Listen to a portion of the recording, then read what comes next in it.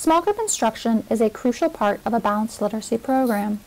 Small group instruction allows the teacher to provide tailored instruction to a small group of students, allowing for greater interaction between teacher and student. Guided reading is one structure.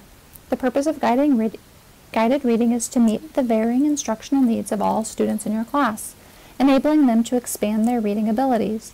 Guided reading allows you to help students move forward in their development. Through specific teaching and careful text selection, you make it possible for students to learn more than they could learn on their own.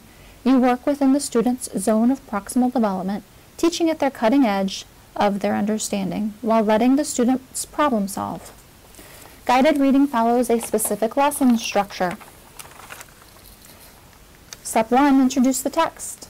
The introduction addresses the challenges students will face as they read the text. Step 2, read the text. Students read at their own individual pace while the teacher briefly confers with each reader. Step 3, discussing and revisiting the text. This invites students to revisit the text to find evidence for their thinking. Step 4, teaching for processing strategies. This is a quick mini-lesson related to the problem-solving actions that you want your students to learn.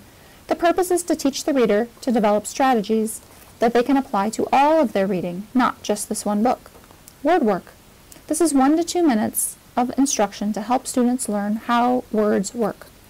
Step 6 is optional, extending the meaning. Sometimes you may ask students to write about the text or do another activity to extend their understanding. Guided reading lessons last approximately 15 minutes. Strategy groups is another reading structure.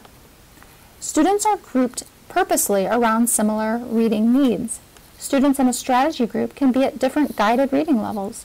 The teacher teaches a short mini-lesson on the needed reading behavior. Over several group meetings, the teacher scaffolds the students toward independence with that reading skill. The lesson format begins with a mini-lesson and followed by guided practice. During guided practice, teachers confer with individual students. Strategy groups are approximately 10 minutes in length.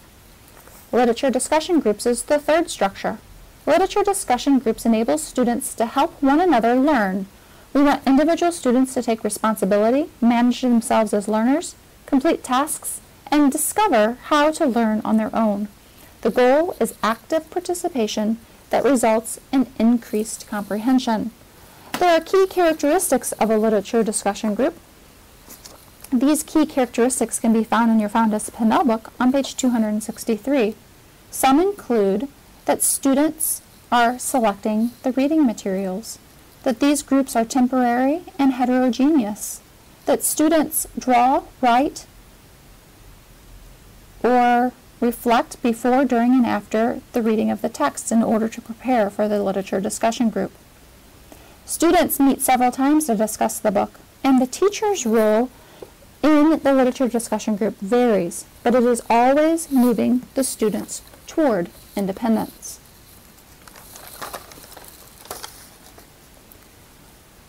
You will place students in groups to reach their academic goals.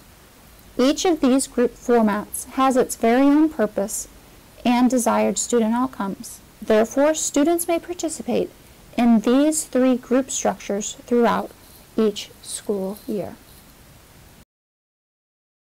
Created using Powtoon.